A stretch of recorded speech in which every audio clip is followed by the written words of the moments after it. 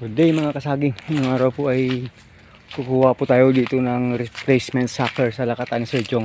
Konti lang naman yung kukunin natin. Nakapagpaalam na tayo sa kanya doon sa barangay. So naka-pull out na tayo kanina ng konti. Kita natin sa inyo. Ito po, meron pa tayo itong pull out. 4 po yan. Dito din sa kabila, mayroon tayong pull out dito. Pakita natin sa inyo, pero lilinisan pa natin yan, ikat pa natin yan dito mayroon tayong 4 dito. Ito po. At doon sa kabila, saan ba yun? Saan na ba banda yun? 4, 8 dito kanina nakapag pull out na rin tayo. 8 dito po. 5 bali 13 na po lahat. 13 plus dito po 4. Ayan, 17 po yung pull out natin. Siguro mamaya dagdagan na natin 3 para magiging 20, para baka mayroon pa dong pang replacement talaga. Sige mga kagrelinisin ko lang yan at saka ipapakita sa inyo mamaya pag natipo na natin yung mga suckers na nakuha natin. Ito na po currently yung area ni Sir Jong, masyadong masikip. Umpisa na niyang mag linis dito para po ma-maintain yung mga distances ng mga suckers, kasi po pag napakasikip mo masyado hindi rin gaganda, lalo na po may mga nagbubunga na. Yan po, yan po, may nagbubunga, malalaki yung puso niya. At saka ano lang po, update po sa inyo, hindi po siya naglagay ng commercial fertilizer dito hanggang ngayon, September na, kasi naglagay po siya ng halos tag 5 kilo hanggang 10 kilo ng goat manure dito. Ang ganda ng hataw pa rin sa kanyang sagingan. Kahit na yun ang binigay niya, magaganda yung mga bunga doon sa kabila. Lalo na po yung panahon na ng pagtagbunga na sa rainy season. Hindi, yung iba kasi dito mga nauna bunga pa po yan ng mga El Nino. Gaya po nito. Nag-uumpisa yung magpuso sa loob dyan sa trunk niya sa gitna. El Nino time, kaya hindi tayo maghahanap ng malaki. Pero pag nakapaghigop ng maraming tubig at saka hindi po El Nino time na tawag ng productive stage niya, malalaki yung bunga. Ganyan talaga po pag time talaga na maganda yung tubig, maganda yung panahon, at saka nag-start ng kanyang productive stage, magaganda at saka malalago talaga yung bunga mga kagri. Sige po, maglinis po muna tayo. So ito po yung pagdagdag natin dito para magiging 20 po, 21. Lilinisan na natin yan at idagdag po dito sa loob. Ayun po, pinuputol po yan 6 inches from the form para po madali po sa biyahe. At saka ito po ay mga peeper sucker po ito. Ito po mga peeper sucker po. Ito ay magiging sword lift na rin ito. Ito yung mga magaganda talagang gawing pang tanim talaga mga kaagri. Sige po, linisan na po natin ito. So yun mga kaagri, okay na. 21 pieces natin dito. At saka konting tour lang tayo dito sa farm Sir Jong. Ipakita natin sa inyo yung tunay na kalagayan dito habang hindi pa niya naubos na linisan yan dito. Yan po itsura. Grabe kasikip kasi hinihintay pa yung isang tawag dun, kukuha ng mga suckers, kaya pinapabayaan niya muna yung iba dito. Pero palagay ko lilinisin na rin niya, kasi pag hinayaan ito ng matagal baka kapasukin na ng mga sakit-sakit din dito. Dapat malinisan na kasi dumadami na kasi yung tama ng sigatuka. Ito napakalaki na yung puso niya palabas na. Buti na lang malaki yung agwat dito, distansya. Sigurado lalaki itong bunga niya. Kahit na nandun sa pilapel nakasabay pa yan dyan sa mga napier grass. Pero grabe resistensya dyan, laki ng puso niya.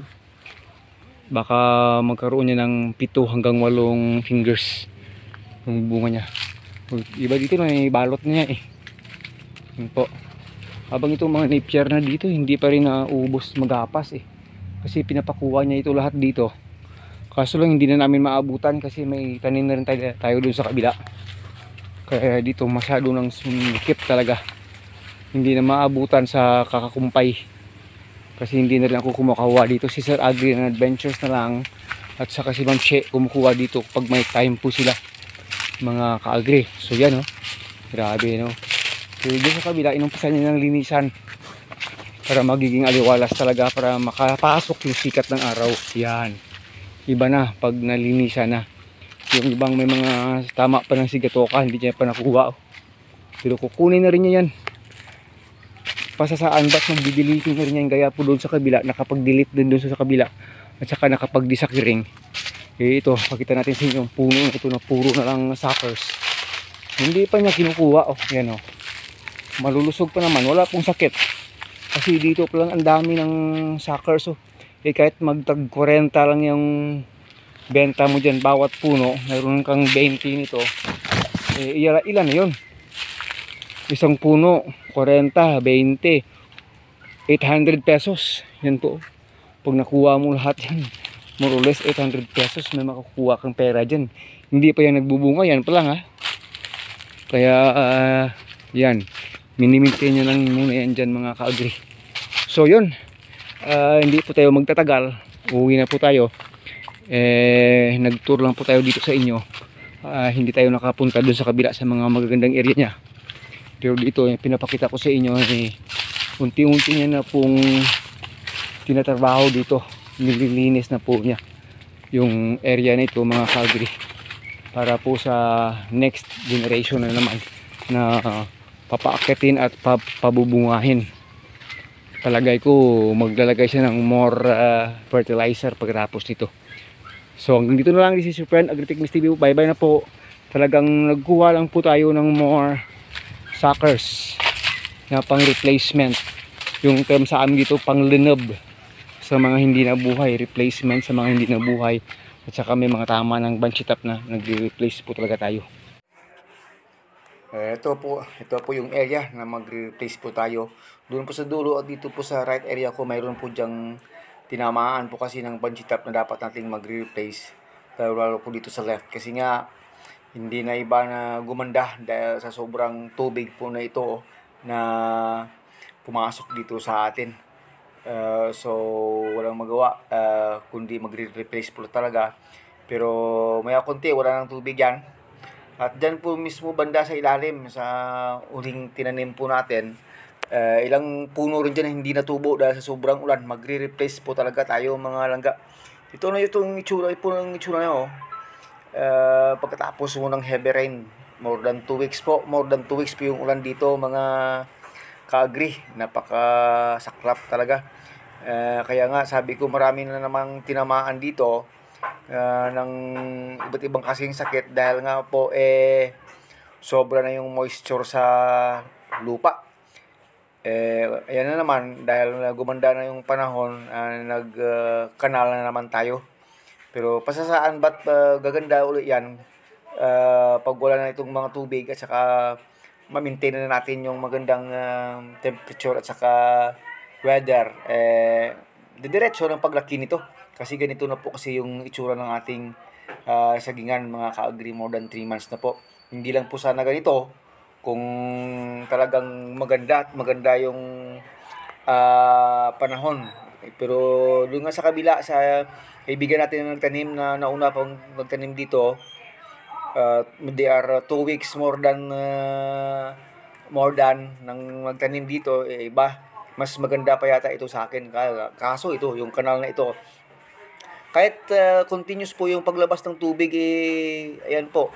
Hindi po basta-basta madidrain yan po kasi nga marami ng nakaipon na tubig sa bundok sa kabila po nito sa taas banda dyan, ayan po, dyan sa left.